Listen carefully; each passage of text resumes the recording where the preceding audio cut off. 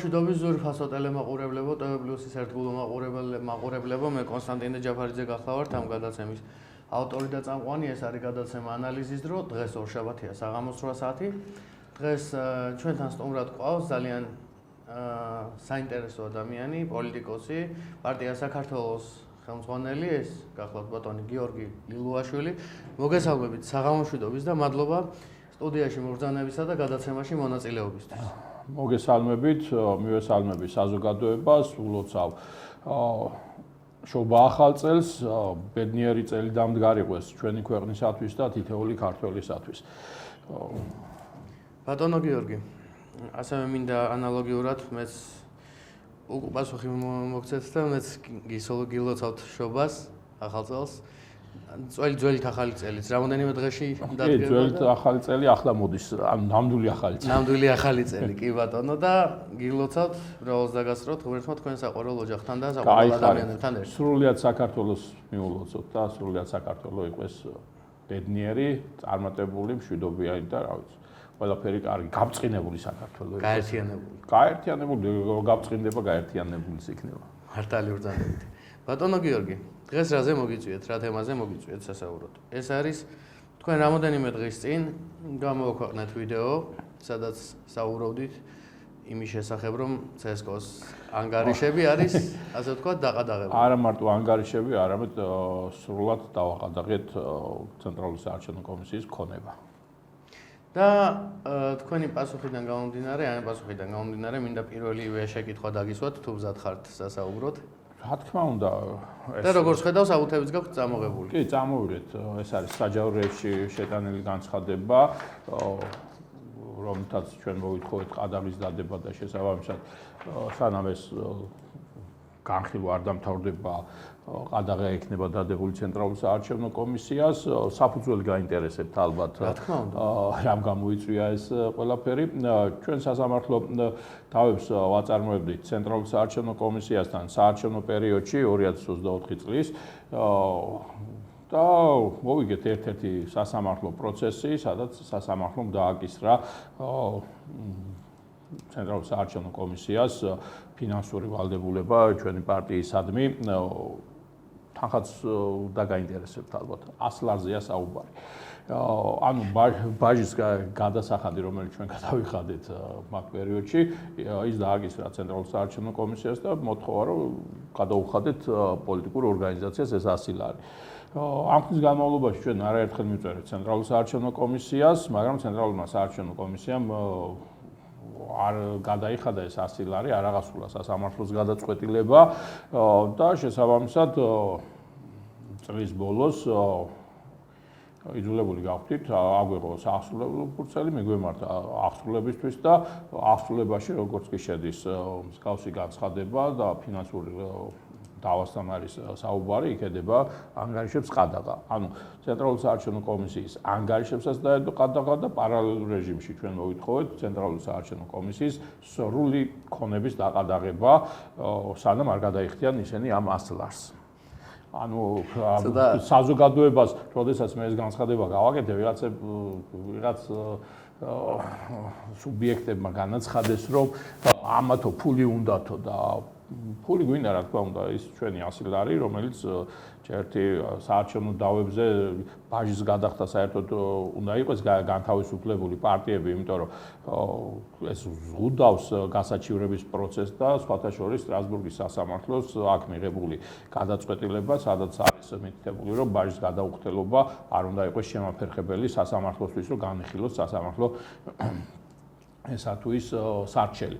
ამიტომ ეს ყველაფერი ზუსტად საკანონმდებლო იმიდან გამომდინარე განხორციელდა. და შესაბამისად ამით ახლა დიდი ზიანი მივაყენეთ ცენტრალურ საარჩევნო კომისიას, ნამდვილად ვერ ვიტყვით, მაგრამ პრეცედენტი შედგა, როდესაც ჩვენ ეს ფაქტი დავაფიქსირეთ და თუ ისე იმ გვადებენ დასადები იმათაც უნდა დაედოთ.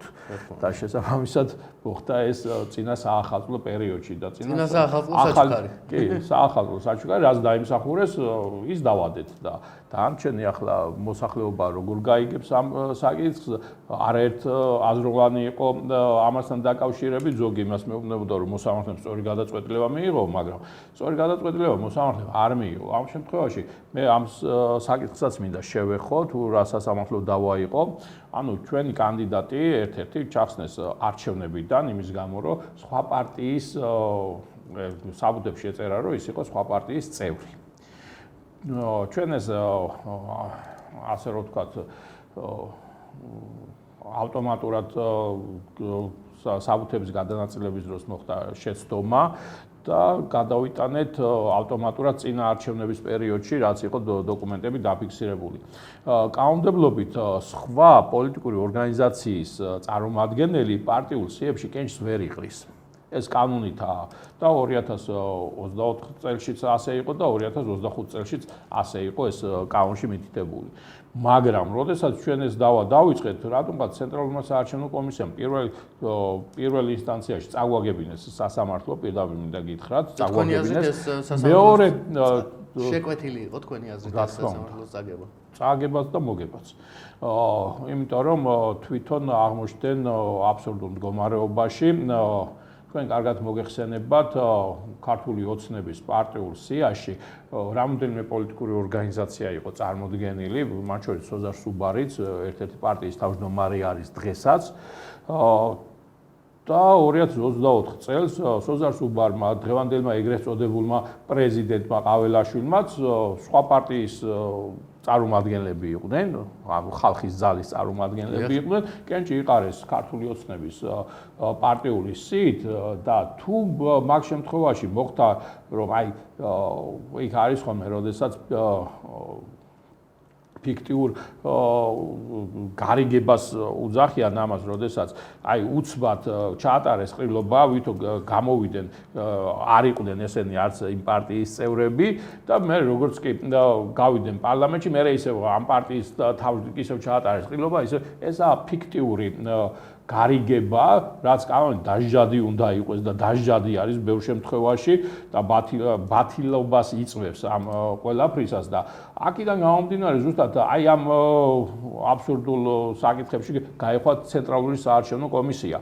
და ეს არ არის უბრალო საკითხი. აქ უკვე საკითხი დგება თვითონ პრეზიდენტის ჩვენ ისედაც გასაჩივრებული გვაქვს მისი კანონიერება პრეზიდენტის ეგრეთ წოდებული პრეზიდენტის ყაველაშვილის სტრასბურგში მიმდინარეობს და დღემდე ჩვენმა სასამართლომ დასაბუთებული გადაწყვეტილება არ მოქვს აქ დავები რაც ჰქონდა. და რატომღაც თავში კავებენ დასაბუთებული გადაწყვეტილება, ვერასაბუთებენ უარი რატო გითხრეს ჩვენ სარჩელზე ყაველაშვილის წინააღმდეგ. და ასევე არ დაგავიწყდეთ, რომ ბატონი სოზარ სუბარი კომისიის წევრი იყო, რომელიც განიხილავდა აგერა ნაციონალებს რო სჯიდნენ, ვითომ რო სჯიდნენ. ამ დროს თვითონ დასაჯელი არის სოზარ სუბარი, იმიტომ რომ მისი სახალხო დამცველის სახალხო დამცველად ყოფნის პერიოდში მის მიერ და იმ პერიოდში შეტანილი განცხადებები და საჩივრები ფაქტობრივად სტატისტიკაც კი აღარ არსებობს. ხოლო მას კიდე თავის მოხსენებებში და წლიურ ანგარიშებში არ აქვს მითითებული იმ განცხადებების შინაარსი და შესაბამისად ის დარღვევები, რასაც მაშინ ვასაჩივრებდით. მარტო მე მაქვს დაწერილი რამოდენიმე ასეული და უფრო მეტი საჩივარი ეხებოდა სამხედრო მოსამსახურების პირველი კომანდის ბატალიონის ფაქტობრივად მოწამვლას და ასევე ვაზიანში რამოდენიმე 1000 სამხედრო მოსამსახურის წვევამდელის მოწამვლას წყლით და ასე შემდეგ და გაუგონარ მდგომარეობას. შემდგომ მოხდა ისე რომ სასამართლო მოვიგეთ, დაგვითხოვეს და სასამართლო მოვიგეთ და 521 ოფიცერი აღვადგინეთ შეიარაღებულ ძალებში. ამასთან დაკავშირებით უამრავი წერილი იყო სასამართლო მოგებული სასამართლო ადგა და ირაკლი ოქრუაშვილმა მინისტრი იყო და სასამართლო გადაწყვეტილება შეცვალა. ახლა პირდაპირ გეუბნებით, არაღასრულაზე არაა საუბარი, შეცვალა სასამართლოს გადაწყვეტილება. ანუ თავისი ბრძანება გამოსცა და ის შევიდა ძალაში და როდესაც ჩვენ გავასაჩიროთ შემდგომში სასამართლომ თქვა რომ ეს მიღებული წესი არისო და შენ შეგიძლია მსგავსი რაღაცის გაკეთებაო და ცოტა ესეთი უცნაური პრეცედენტი მოხდა, როდესაც ეს ყველაფერი გავასაჩიროთ, სასამართლომაც იგივე დაგვიდასტურა, რომ შენ ეს შეგიძლია და მოხდა ის, რომ 2010 წლის 1 სექტემბერს ცოტა ისეთი კომიკური სიტუაცია შევქმნით, დავწერე ბრძანება და მოხსენის უყველა მიშა სააკაშვილიდან დაწყებული, რა ვიცი, მთელი მოსამართლეები და გამოაქვეყნეთ გაზეთში ვერსიაში, შეგიძლიათ 2010 წლის 15 სექტემბრის ვერსია ნახოთ, ეროვნულ ბიბლიოთეკაში ინახება ეს გაზეთი. და წაიკითხოთ თუ რაზე იყო საუბარი, როგორ მოხსენი მაშინ მიშა სააკაშვილი კი არა, დავითხოვე პარლამენტის მოსამართლეების მთავრობას და ასე შემდეგ და ასე შემდეგ. ეს მოხდა კანონმდებლობით. ბატონო გიორგი, შემიძლია რაც მაშინ ერთი წამით რაც მაშინ აბსურდული ის იყო და საზოგადოება მიიღო და სხვათა შორის დღეს ოცნებაში ვინც არიან ისე აუ ეს რა მაგარი რამე გააკეთეთ. როდესაც მოვიდნენ ხელისუფლებაში, იგივე საკეთებენ ესეინც. არცეც ყურიც არ გამოუბერტყია და არც ცდელობა არ ყოფილა, რომ სასამართლოს გადაწყვეტილება აღსრულებულიყო, 521 ოფიცერი აღდგენილიყო და შესაბამისად ის კომპენსაციები გასცემულიყო მათზე, რაც ეკუთვნოდათ ამ ოფიცრებს და მე ხაზ გავუსვა მეორე მსოფლიო ომი რო დაიწყო გიტლერს 250 ოფიცერი ყავდა, მეტი კი არ ყავდა. ხო და 521 ოფიცერი ერთი ბრძანებით დაითხოვეს და მეორე ბრძანებით 1800 ოფიცერი და შეერარებული ძალების გრევას ახორციელებდა მიხეილ სააკაშვილი და ამას აგრძელებს დღევანდელი ხელისუფლება, იმიტომ რომ დღეს ფაქტურად ჯარის საერთოდ არ აქვს და განადგურებული არის. რასაც მოყვა მერე იქ გირჩის ვოიაჟები და შავლების ჩახტა და პროპაგანდა იმის, რომ ჯარში არ წასულიყო ჩვენი ახალგაზრდობა და ეროვნული სულისკვეთება ჩაეკლათ ჩვენს იმაში. ანუ ეს არის კომპლექსურად შექმნილი პრობლემა, რომელსაც დღეს ეს არის თვალსაჩინო მაგალითი ალტეკი დავაყადაღე ცენტრალურ საარჩევნო კომისია. მეტი ახლა თოფს ვერ ვესვრით, გამოსვლებით შედეგი არ დგება და რაც შეგვიძლია ამას ვაკეთებთ ახლა სამართლებრივი გზებით და ვიბრძვით ასე რომ ვთქვა. და ახალი წელიც ბრძოლით დავიწყეთ, მიულოცეთ ასე ცენტრალურ საარჩევნო კომისიას და 100 ლარის დაბრუნებას ვითხოვთ. და ახალი წელი გამარჯვებით უნდა დასრულდეს. რა თქმა უნდა, ეს იქნება წარმატების წელი და თითოეული ქართველისთვის იქნება გამარჯვებული წელი იქნება, იმიტომ რომ ჩვენ გავიმარჯვებთ ქართულ სულს ვერ ჩაკლავენ და ვერაფერს ვერ მოუხერხებენ, მიუხედავად იმისა, რომ ყველაფერს ცდილობენ, რომ საქართველოს ქართველების გარეშე დატოვონ. მაგრამ მათ ძალიან ცდებიან უკვე. თუ ფიქრობენ, რომ საქართველოს ქართველების გარეშე დარჩება, მასე ფიქრობენ და ნაბიჯებსაც დგავენ მაგ მიმართულებით, რომ საქართველოს ქართველების გარეშე დარჩეს. მაგრამ ჩვენ ეს ბრძოლის უნარი გვაქვს და ჩვენ ასევე იმ განცხადებაში, სადაც მე გავაკეთე, რომ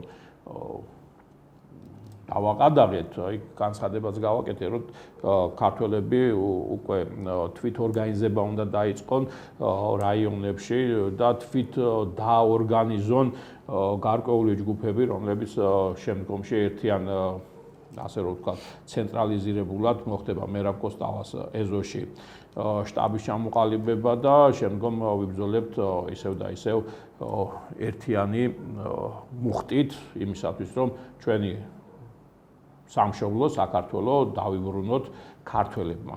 აი ამისთვის ვემზადებით და ამ წელიწადში ჩვენ ყველაფერს გავაკეთებთ ამისათვის, რომ ეს მივიღოთ. იმიტომ რომ ის შედეგები ყველამ კარგად დაინახა ეგრეთ წოდებულმა ოპოზიციურმა პარტიებმა, ჭყალებში ოპოზიციურმა პარტიებმა, რომლებიც ფაქტურად გარიგებაში არიან ხელისუფლებასთან, ეს ვამხილე კიდევაც არჩევნების პერიოდში, როდესაც პირდაპირ მოუწოდე, რომ კანდიდატები, რომლებიც იყვნენ წარმოდგენილი მერობის კანდიდატებად, პირდაპირ მოუწოდე, რომ მეორე დღეს სასამართლო პროცესი იყო და მესამე პირად შეეძლოთ ჩართულიყვნენ კახი კალაძის არჩევნებიდან მოხსნას ვითხოვდით. არც ერთმა სურვილი არ გამოხატა იქ ერთმა პიროვნულად გამოხატა, თუმცა მისი პარტია არ ჩაერთო ამ იმაში, ეს გახდათ ბოკელავაძე, მამული ენა სარწმუნოების მერობის კანდიდატი, რომელმაც დამიდასტურა და მოვიდა სასამართლოზეც. მაგრამ ეს არ გაუკეთებია იმ პარტიას, ანუ აქ საუბარი იყო პარტია უნდა ჩართულიყო ამ საკითხებში და იმ პარტიული მოსაზრებებიდან ცოტა სხვა მოსაზრებები ჰქონდათ ეთყობა.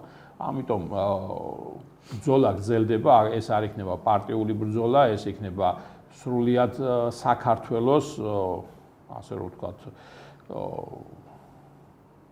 სახალხო მოძრაობა და ხალხმა უნდა აიღოს თავის ხელში ძალაუფლება. მე ხას გავუსვავ, იყო საუბარი, როდესაც მე ეს გადაცემა ჩავწერე მერაბ კოსტავას ეზოდან, რომ აი ეროვნული მოძრაობის და რაღაც ეროვნული მოძრაობა არის სრულიად საქართველოს სახალხო მოძრაობა, რომელიც დაიწყო კი არა, ყოველთვის არსებობდა და ახლაც გრძელდება, ის ახალი არაფერი არ იწყება. უბრალოდ სხვადასხვა პერიოდში, სხვადასხვა ეპოქაში ხდება მოსახლეობის დაორგანიზება და ისინი წარმოშობენ მერე ლიდერებს, თვითონ მოსახლეობა წარმოშობს ამ ლიდერებს, როგორც იყო მაგალითად უახლოეს პერიოდში იყო მერაბი, იყო ზვიადი და იყვნენ ასევე სხვა ლიდერებიც, რომლებიც სამწუხაროდ დღესდღეობით რატომღაც დაავიწყდათ. ასეთი იყო მაგალითად ერთ-ერთი ვაჟამთავრიშვილი, რომელიც ფაქტურად არავის არ ახსოვს და ადამიანი ისე გარდაიცვალა, რომ არც არავის არ გაუგია. დღესაც არიან ბევრი ადამიანები, რომლებიც იმსახურებენ ამ სტატუსს და ეს უნდა წარმოშვას ისევ და ისევ ქართველმა ხალხმა, ქართველმა ერმა და შესაბამისად ამას სჭირდება თვით დაორგანიზება.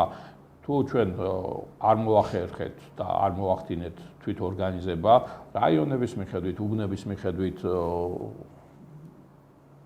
ჩვენ ის შემყურე ხელოვნურად შექმნილი პოლიტიკური ორგანიზაციების, რომლებიც აგერ სოკოებით იჩეკებიან დღესაც. ხანდახან მგონია, რომ ისინი ხელოვნური ინტელექტით იქნებიან. ხო, ხელოვნური ინტელექტს კიდე ინტელექტი გააჩნია, მათ ინტელექტიც არ გააჩნიათ, სამწუხარო ეს არის და უბრალოდ ძალიან ცუდ დღეში ვარდებით და ფაქტიურად შეიძლება ჩვენი სახელმწიფოებრიობა დავკარგოთ ისე, რომ ვერც კი გავიგოთ როგორ დავკარგეთ. აი ეს არის რეალურად ეს მდგომარეობა და ჩვენ უახლოეს პერიოდში გამოაცხადებთ ტელეფონის ნომერსაც გამოაცხადებთ თუ როგორ უნდა დაუკავშირდეთ საორგანიზაციო ცენტრს და როგორ მოხდება შემდგომში მთელი ამ პროცესების განვითარება. ბატონო გიორგი, ერთი კითხვა, ერთი არა, ძალიან ბევრი კითხვა. მაგრამ აქედან ერთი კითხვა გადაცემაში ყველას შევეცდები რომ ყველას გავსე აუცილებლად უნდა მოვასწროთ. იმიტომ რომ ძალიან საინტერესო თემაა ეს, რასაც დღეს მოგიწვიეთ და შეგაწუხეთ. არსებობს თუ არა ის რისკი, რომ ინკასომ გავლენა მოახდინოს მიმდინარე ან დაგეგმილ საარჩევნო პროცესებზე თქვენი აზრით? ნახეთ, ამ შემთხვევაში ჩვენ საუბრობთ იმ ცენტრალურ საარჩევნო კომისიაზე, რომელიც არათავისუფალი და არადემოკრატიულ სახელმწიფოში არსებულ საარჩევნო კომისიაზე, არამედ ტოტალიტარულ სახელმწიფოში ცხოვრობდა. შესაბამისად, ეს ყადაღის დადება, ეს იყო მხოლოდ და მხოლოდ, ასე რომ ვთქვათ, აქტი იმისა, რომ ჩვენ პროტესტი გამოვხატეთ იმისადმი, რომ ცენტრალური საარჩევნო კომისია უბრალოდ სასამართლო გადაწყვეტილებებს არ ასრულებს.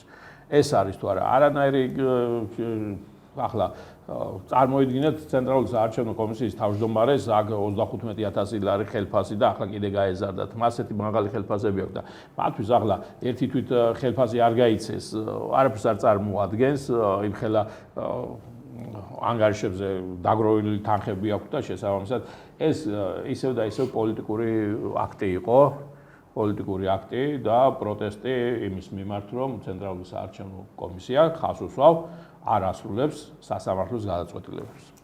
ბატონო გიორგი, აზიანებს თუ არა აი ეს ფაქტი, რაც თქვენ ასე ვთქვათ CSKO-ს გაუკეთეთ საახალწლო საჩუქრად, CSKO-სადმი საზოგადოებრივ ნდობას, რომელიც ისედაც კრიტიკულად დაბალია. ცენტრალური საარჩევნო კომისიის მიმართ ნდობა ფაქტურად ნულს მიღმა არის და რა თქმა უნდა ეს თავისთავად მორალური საკითხი არის ისევ და ისევ და ცენტრალური საარჩევნო კომისიის მიმართ დობის საკითხი ზუსტად ეს არის ყველაზე დიდი პრობლემა. უნდობლობა არის მათ მიმართ ამ ხნის განმავლობაში, იმიტომ რომ ისინი აშკარად დაუნზარღვევენ. და ეს დავაფიქსირეთ ჩვენ, რომ გავუნდაარღვიეს. მეტი რა უნდა ეკნათ? ელემენტარული, ახლა მათ რო გაჭირვებული ორგანიზაცია ყოფილიყო, მაგალითად ისეთი როგორც ჩვენი დაუფინანსებელი პოლიტიკური ორგანიზაცია შეიძლება გაგვჭირვებოდა იმ 100 ლარის გადახდა, მაგრამ როდესაც მილიონებს და ასეულ მილიონებს ურიცხავენ ცენტრალურ საარჩევნო კომისიას და იქ საკუთარ ჯიბეებში აკუმულირდება, ამ შემთხვევაში ეს არის მიზანმიმართულად და დამცინავად განხორციელებული აქტი, რომ აი ვინ ხართ, არავინ არ ხართ და ეს დავაფიქსირეთ. და როგორ აისახება ეს საერთაშორისო პარტნიორების თვალში საქართველოს საარჩევნო სისტემის რეპუტაციაზე? საერთაშორისო ორგანიზაციების თვალში არჩევნება ფაქტურად დაადასტურა ის, რომ არ აღიარეს ეს არჩევნები, არც წინა არჩევნები, არც ეს არჩევნები და არც ეგრეთ წოდებული პრეზიდენტი არ აღიარეს. ახლა პრეზიდენტი იქ ჩავიდა და ის შეხვდა და ეს შეხვდა, ეს არ არის აღიარება. საერთაშორისო საზოგადოების თვალში ჩვენი საარჩევნო ადმინისტრაციაც და საერთოდ ეს პროცესები საერთოდ აღარც კი განიხილება და ამას მოყვა ის განცხადებები, რომ ჩვენ ევროპისკენ არ მივდივართ და რაღაცა ესეთი ტყეპტყელი ფრაზები, როდესაც ჩვენ კურსი შევიცვალეთ. კურსის შეცვლა ნიშნავს იმას, რომ კონსტიტუცია დაარღვიეს და ანტიკონსტიტუციური ქმედებას ახორციელებს ეს პარლამენტის, ეს მთავრობას და ეს ხელისუფლებაც, რაც დღეს არსებობს, დე ფაქტო ხელისუფლება, ასე რომ ვთქვათ. ბატონო გიორგი, ხედავთ თუ არა ანტიკონსტიტუციური ხელისუფლება გვყავს თავიანთი განცხადებებიდან გამომდინარე. ხედავთ თუ არა პოლიტიკურ პასუხისმგებლობას და უნდა დადგეს თუ არა ვინმეს გადადგომის საკითხი. გადადგომის საკითხი კი არ უნდა დადგეს, დაჭერის საკითხი უნდა დადგეს. სისხლის სამართლის დანაშაულია სასამართლოს გაწყვეტილების არ აღსრულება. სისხლის სამართლის დანაშაული არის და შესაბამისად, როდესაც ასეთი რამ ხდება ცენტრალური საარჩევნო კომისიის მხრიდან, მას უნდა მოყვეს შესაბამისი შედეგები. და მე ხას უსვავ თავად სასამართლო პროცესის რაც მოვიგეთ, ისიც შესასწავლი არის და თავისთავად ის პროცესები, როდესაც ხას უსვავ. პარლამენტში იჯდა ადამიანები, რომლებიც არ უნდა ყოფილიყვნენ არჩეულები. წესით ისინიც უნდა მოეხსნათ, იმიტომ რომ ხას უსვავ.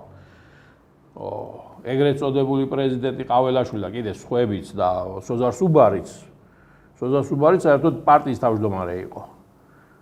და თუ იმან ჩაატარა ყრილობა და 9 საათით გადადგა და მერე ისევ დადგა, ეს იყო თვალთმაქცობა, თვალთმაქცური ქმედება და შესაბამისად ის კანონითაა დასაჯელი. კანონით უნდა დაისაჯოს და თუ ესენი ამას არ განახორციელებენ და რა თქმა უნდა არ განახორციელებენ, იმიტომ რომ სოზარ სუბარი იყო ერთ-ერთი წამყვანი იმ კომისიაში თია წულუკიანთან ერთად. მე კიდევ ვიმეორებ, მიშა სააკაშვილი მე 2010 წელს მოხსენი პრეზიდენტობიდან. სამ თქვენ ბოდიშით და ერთ ადგილს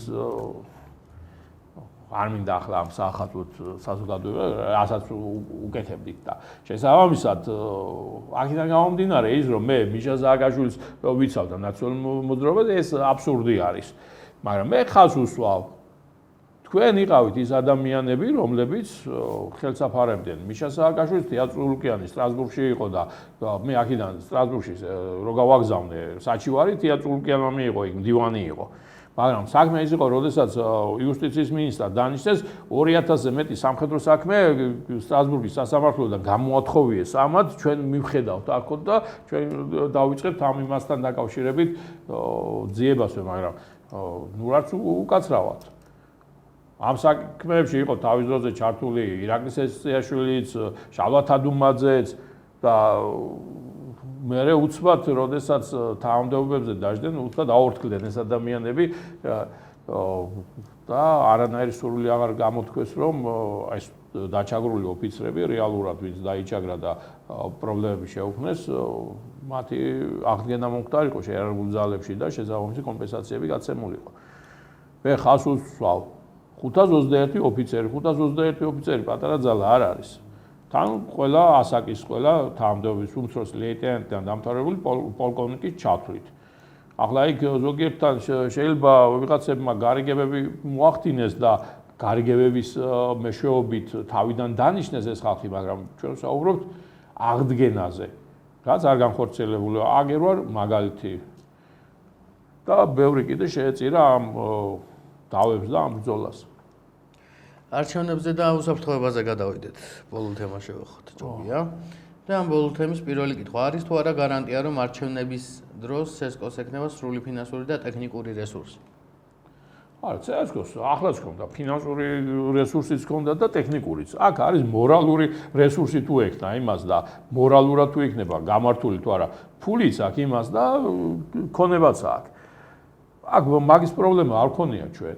აქ არის მორალურ პრობლემაზე, იმიტომ რომ ისინი არიან გამყალბებლები და გარკვეული დაჯგუფების, ასე რომ ვთქვა, დღეს ხელისუფლებაში მყოფი ჯგუფის წარმომადგენლები.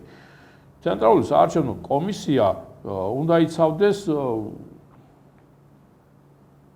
მიუკერძოებელი უნდა იყოს და შესაბამისად კანონმდებლობას უნდა იცავდეს და როდესაც საუბარია რომ ჩვენ კანონს ვიცავთ, ეს არის ფაქტი, რომ ის კანონს არ იცავს. ის კანონს არ იცავს, სასამართლოს გადაწყვეტილებას არ ასრულებს, 100 ლარი ვერ გადაიხადეს. არ გადაიხადეს უბრალოდ. პრინციპის გულისთვის არ გადაიხადეს და პრინციპის გულისთვის აგერა დაყადაღებული. ხო და ამას ვამბობ მე, ანუ ცენტრალური საარჩევნო კომისია შესაძლებელია თავიდან ბოლომდე, შესაძლებელია საარჩევნო კანონმდებლობა. თუ ეს არ შეიძლება, არჩევნების ჩატარებას აზრი არ აქვს. ვინც არ უნდა ჩაატაროს არჩევნები, თუ არ იქნება საარჩევნო კანონმდებლობა დემოკრატიული და არ იქნება მრავალპარტიული, არაფერი არ გვეშველება დღესაც, დღემდე მიშას დროიდან დაწყებული კვალიფიციური და არაკვალიფიციური პარტიები არიან. რითი ახლა გირში, იაგო გირში, რომელმაც ყრილობაც ვერ ჩაატარა და წესით საჯავროებს უნდა გაეუქმებია და შეეჩერებია მისი რეგისტრაცია და საერთოდ არჩევნებში არ უნდა მიეღო მონაწილეობა, კაც აგერ კვალიფიციური გახადეს, დაფინანსებას აძლევენ და ბოდიში და ყველაფერს უსრულებენ, რასაც ქვია და აქედან გამომდინარე, ზუსტად ამაზეა საუბარი. აქ არის საკანონმდებლო ბაზა შესაძლებელი, რაზეც საუბრობდნენ და დღესაც საუბრობენ, მაგრამ ქმედითი ღონისძიება არ განხორციელებულა, ამიტომ მოუწოდებ საზოგადოებას დაიწყოს თვითორგანიზება იმისათვის, რომ ქვეყანა გამოვსტაცოთ აი ამ ტარვალებს. სხვა გამოსავალი არ გვაქვს. როგორ მოხდება და რა მოხდება, ამას გამოაცხადებთ და როდესაც შეიკრიბება საორგანიზაციო ჯგუფი უახლოეს პერიოდში. და მაგ თემაზეც აუცილებლად მოგიწოდოთ ეთერში. ბატონო გიორგი, რა მოხდება თუ მსგავსი ფინანსური პრობლემა უშუალოდ საარჩევნო პერიოდში გამწვავდება თქვენი აზრით? ფინანსური პრობლემა საარჩევნო პერიოდში არ გამწვავდება, იმიტომ რომ კიდევ ვიმეორებ, ეს არის ბიუჯეტიდან გამოყოფილი თანხა და ბიუჯეტი აფინანსებს. შესაბამისად, როდესაც საარჩევნო პროცესი მიმდინარეობს, ყველაფერს გააკეთებენ. ახლა მე კიდევ ვიმეორებ, ახლა აი ამჟამად კი ადევს ყადაღა, მაგრამ შესაბამისად ქონებასაც მოიხმარენ ისინი და ჩაულებრივად სარგებლობენ ამ ყველაფერს. უბრალოდ გაყიდვით ვერ გაყიდიან ქონებას.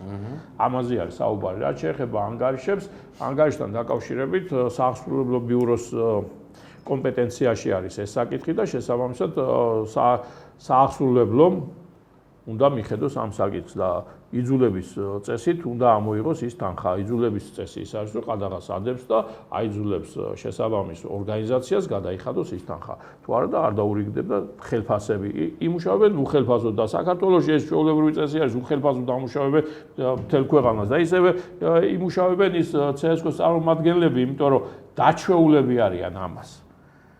იმუშავონ ცოტა ხანი უხელფასოდ. ტრაფიკინგის მსხვერპლი არის მთელი საქართველო და ახლა CSKO-ს რო აღმოჩნდეს ამ იმაში და მათი თანამშრომლები რა პრობლემა არის? იგრძნონ თავიანთ ზურგზე ის, რასაც მათი დამსახურებით გრძნობენ თუნდაც ჩვენი მასწავლებლები, როდესაც ხელფასს უკვითავენ თვითნებურად დირექტორები და კიდე უამრავი პრობლემები არის ჩვენ ქვეყანაში. ამიტომ იგზნო ნახე ცოტა ხანს იყვნენ ტრაფიკინგის მსხვერპლი. რა პრობლემაა? იყვნენ იმუშაონ ცოტა ხანი ხელფასოდ არაფერი უჭირთ. ხო, არაფერი უჭირთ.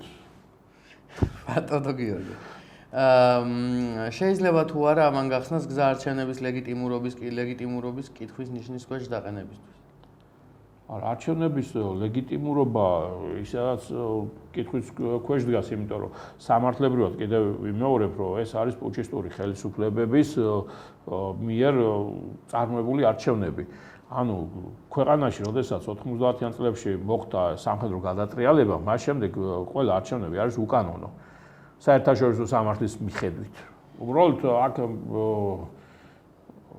ცდილობენ ესენი რომ წარმოაჩინონ როგორც სამართლებრივ ჩარჩოებში და სხვა გამოსავალს არტოვებენ და ამიტომ ამბობ მე რომ მოსახლეობა უნდა გამოვიდეს და მოსახლეობა უნდა მოითხოვოს ეს თვითორგანიზება უნდა მოხდეს ის პროცესები რაც მიმდინარეობდა წინა საუკუნის 80-იან 90-იან წლებში აი ის უნდა დაიწყოს ეროვნული ღირებულებების აღზევება და ეროვნულმა სულმა უნდა გაიღვიძოს და შესაბამისად უნდა მოხდეს საერთო სახალხო მოძრაობის გაძლიერება, ჩამოყალიბება და შესაბამისად ბრძოლა. ეს მოგცემს ლეგიტიმაციას. სხვა ლეგიტიმაციის მომტანი აქ არაფერი არა, მით უმეტეს ეს არჩევნები, როდესაც კანონში პირდაპირ წერია, რომ ერთი კაცი რომ მივიდეს არჩევნებზე, ჩათვლილად ითვლება არჩევნები და იმ ერთი კაცის პროცენტს დაიანგარიშებენ და რაც მიუღებელი არის ახლა წარმოიდგინეთ ახლა არჩევნებზე ბოიკოტი რო გამოაცხადეს 70-80% არ მივიდა ამორჩევლის და ის გადაწყვეტილება რაც არის თავისთავად რეალურად არალეგიტიმურია, მაგრამ ამათი გამომდებლობით ეს ამ ჩარჩოებში ჯდება და ლეგიტიმურობას ესენი ამით ამტკიცებენ. თუმცა კიდევ ვიმეორებ, ეს არის ქართველი ხალხის გადასაწყვეტი და სანამ ქართველი ხალხი დუმს და ხმას არ იღებს, იძარცვება ჩვენი ქვეყანა და ჩვენ სახელმწიფოებრიობას ვკარგავთ. ამიტომ სანამ გვიან არ არის შევიკრიბოთ, მოვახდინოთ თვითორგანიზება. მე კიდევ ვიმეორებ, არანაირი პარტიების იქ ჩემი გამოსვლის შემდეგ დაიწყეს, რომ აი იქ სახალხო მოძრაობა არის, თუნდაც მამული ენას არწმუნება პარტია არის, ისე რომ იცოდეთ და პარტიებზე არა აქ საუბარი, აქ არის საუბარი იმაზე, საერთო სახალხო მოძრაობაზე, სადაც არ იქნება პარტიები, აქ იქნება ხალხი და ხალხმა უნდა მოითხოვოს. შემდგომ არჩევნებთან დაკავშირებით რა პროცესები წარიმართება, ეს უკვე მოსალაპარაკებელი არის, როგორ წარიმართება, ვინ მიიღებს მონაწილეობას და ვის აეკრძალება საერთოდ არჩევნებში კი არა, საქართველოში არ უნდა შემოუშვა ის ხალხი, უმეტესობა ისეთი ადამიანები არიან, გინდათ პოზიციაში და გინდათ ოპოზიციაში. და ბოლო ორი კითხვა დაგვრჩა. უნდა შეიცვალოს თუ არა კანონმდებლობა, რათა მომავალში მსგავსი სიტუაცია აღარ განმეორდეს? არ მაგაზე საუბრობ ზუსტად, რომ საარჩევნო კანონმდებლობა არის სასწრაფოდ შესაძლებელი და ახალი საარჩევნო კანონმდებლობით, ახალი საარჩევნო კოდექსით უნდა მოხდეს არჩევნების ჩატარება სასწრაფო წესით. და რა ბოლო კითხვა ამ გადაცემისთვის, რა გაკვეთილი უნდა გამოიტანოს სახელმწიფომ ამ შემთხვევიდან? სახელმწიფომ არ ვიცი. რა თქმა უნდა, სახელმწიფო ჯერ ერთი რო აღნიშნოთ კიდევ ვიმეორებ, სახელმწიფო ფაქტურად ჩვენ არ გვაქვს. სახელმწიფომ კი არა, ხალხმა რა აზრი უნდა გამოიტანოს და ხალხმა ის აზრი უნდა გამოიტანოს, რომ მათ მაგივრად არავინ მოვა აქ და მათ სასიკეთოდ საქმეს არავინ არ გააკეთებს. ამიტომ ყველა უნდა დავირაზმოთ და ჩვენი გასაკეთებელი საქმე ჩვენ თვითონვე უნდა გავაკეთოთ და ამიტომ მოგიწოდებთ, რომ გავერთიანდეთ ამ მიმართულებით. თქვენს რაიონებში, თქვენს უბნებში დაიწყეთ თვითორგანიზება იმისათვის, რომ ქვეყანაში შევცვალოთ და საქართველოს გახდეს ისეთი ქვეყანა, ისეთი სახელმწიფო, რომლითაც თითოეული ქართველი ვიამაყებთ და ჩვენი მომავალი თაობა იამაყებს, რაც მთავარია, რომ სახელოვანი წინაპრები ყავდათ და მტერს შარვალ-ჩახტილები არ ხვდებოდით. აი ეს არის მთავარი. ძალიან დიდი მადლობა, ბატონო გიორგი. მადლობა თქვენ რომ ამ საახალწლო პერიოდში მოგვიწვიეთ. მაგრამ სამწუხარო ის არის, რომ ისევ და ისევ წვავედ თემებს შევეხეთ და მტკივნეულ საკითხებს. მე ისევ და ისევ მიულოცავ სრულიად საქართველოს შობა ახალ წელს, ბედნიერი წელი დამდგარიყვეს 2026 წელი და წინსვლა, გახარება, წარმატებები და ერთიან გამხლიანებულ საქართველოში ქართველებს გვერდნოთ ქართველებად და ამ ქვეყნის ბატონ პატრონებად თავი. მადლობთ ყურადღებისათვის. მადლობა, მინდა გადავხადო ბატონ გიორგი ლილუაშვილს, პოლიტიკოს, პარტია საქართველოს ხელმძღვანელს, მოწვევისათვის, მოსვლისთვის, საუბრისთვის და დაფასებისთვის და სიყვარულისთვის. მადლობთ.